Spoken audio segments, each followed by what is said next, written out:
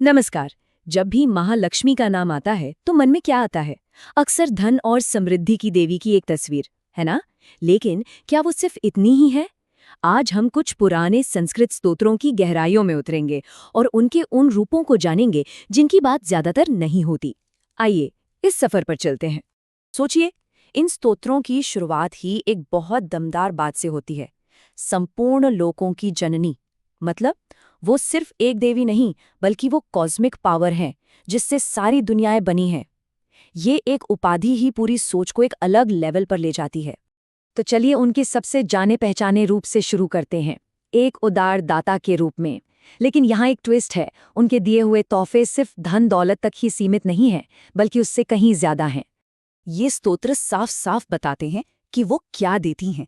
4 चीजें: सफलता, जिसे सिद्धि कहते हैं, अच्छी समझबूझ यानी बुद्धि, दुनिया के सुख यानी भुक्ति, और इन सबसे ऊपर मोक्ष यानी लिबरेशन। तो बात सिर्फ पैसे की नहीं हो रही है बल्कि एक पूरी भरपूर जिंदगी के हर हिस्से की हो रही है। और इन चारों में से मोक्ष का आइडिया तो सबसे गहरा है। ये कोई मामूली वरदान नहीं है, ये तो जिंदगी का अल्टीमेट गोल है, जन्म और मृत्यु के इस पूरे साइकिल से आजादी। और बस यही एक चीज महालक्ष्मी को सिर्फ वरदान देने वाली देवी से एक स्पिरिचुअल गाइड बना देती है। और ये देखिए, ये श्लोक इस बात को कितने सुंदर तरीके से कहता है। सिद्धि बुद्धि प्रदेय देवी भुक्ति मुक्ति प्रदायिनी। मतलब ये कोई नई बात नहीं है, ये सीधे उन ग्रंथों से आ रही हैं जो बताते हैं कि वही हैं जो सफलता, बुद्धि, भोग और मोक्ष सब कुछ देती हैं। अच्छा, तो अब सवाल ये उठता है कि क्या महालक्ष्मी का बस यही एक रूप है, एक कोमल सिर्फ वरदान देने वाली देवी का? रुकिए, क्योंकि ये स्तोत्र उनके एक बिल्कुल अलग, एक बहुत ही पावरफुल रूप के बारे में भी बताते हैं।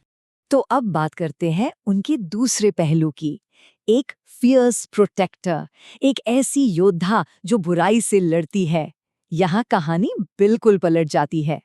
ये देखिए, यहाँ पर एक कमाल का कॉन्ट्रास्ट है। एक तरफ उन्हें कहा गया है सर्ववरदे, मतलब जो सबको वरदान देती हैं, और दूसरी ही तरफ उन्हें कहा गया है सर्व दुष्ट भयंकरी, यानी जो सभी दुष्टों के लिए खौफ का दूसरा नाम है। एक ही देवी के ये दो रूप, यही तो उनकी असली ताकत दिखाते हैं। और उनकी ये प्रोटेक्शन सिर्फ बातों में नहीं है, ये एक्शन में दिखती है। स्तोत्रों में बताया गया है कि उनके हाथों में शंख, चक्र और गदा जैसे हथियार हैं। वो सिर्फ आशीर्वाद नहीं दे रही, वो एक्टिवली पापों को खत्म करती हैं, दुखों को मिटाती हैं और कोलासुर जैसे राक्षसों के मन में डर पैदा करती हैं। ये 3 शस्त्र, शंख, चक्र और गदा, ये सिर्फ हथियार नहीं है, ये उनकी वॉरियर स्पिरिट के सिंबल है। ये हमें याद दिलाते हैं कि जहां एक तरफ उनकी कृपा है, वहीं दूसरी तरफ इस दुनिया के बैलेंस को बनाए रखने के लिए जबरदस्त शक्ति भी है। तो हमने उनके दाता और रक्षक रूप को देखा, पर कहानी यहीं खत्म नहीं होती है। अब हम उनके सांसारिक रूपों से भी ऊपर उठकर उनके सबसे बड़े, सबसे कॉस्मिक रूप को समझने की कोशिश करते हैं। जरा इस शब्द पर गौर कीजिए, आद्यंतरहिते। कितना गहरा मतलब है इसका। मतलब जिसका ना कोई आदि है ना कोई अंत, वो इटर्नल है, टाइम के बंधनों से बिल्कुल परे। ये बात उन्हें किसी एक देवी देवता से कहीं ऊपर एक फंडामेंटल प्रिंसिपल, एक कॉस्मिक लॉ बना देती है। और यहीं से कॉन्सेप्ट आता है आद्य शक्ति का, यानी वो प्राइमल एनर्जी, वो ओरिजिनल सोर्स जिससे ये पूरा का पूरा यूनिवर्स बना है। तो वो सिर्फ इस यूनिवर्स में है नहीं, बल्कि ये यूनिवर्स ही उन्हीं से है। और ये सारी उपाधियां, जैसे कि वो आद्य शक्ति हैं, योग से जन्मी हैं, देवता भी उनकी पूजा करते हैं और वो भगवान विष्णु के वक्षस्थल पर रहती हैं, ये सब मिलकर उनकी सबसे बड़ी पहचान को कंफर्म करते हैं। और ये हमें वापस वहीं ले आता है जहां से हमने शुरुआत की थी, कि वो संपूर्ण लोकों की जननी हैं। तो इन सभी अलग अलग पहलुओं को जब हम एक साथ जोड़ते हैं तो महालक्ष्मी की क्या पूरी तस्वीर सामने आती है। एक नज़र इस पर डालते हैं। वो प्रदाता हैं जो एक अच्छी जिंदगी के लिए जरूरी सब कुछ, सफलता, बुद्धि, मोक्ष सब देती हैं।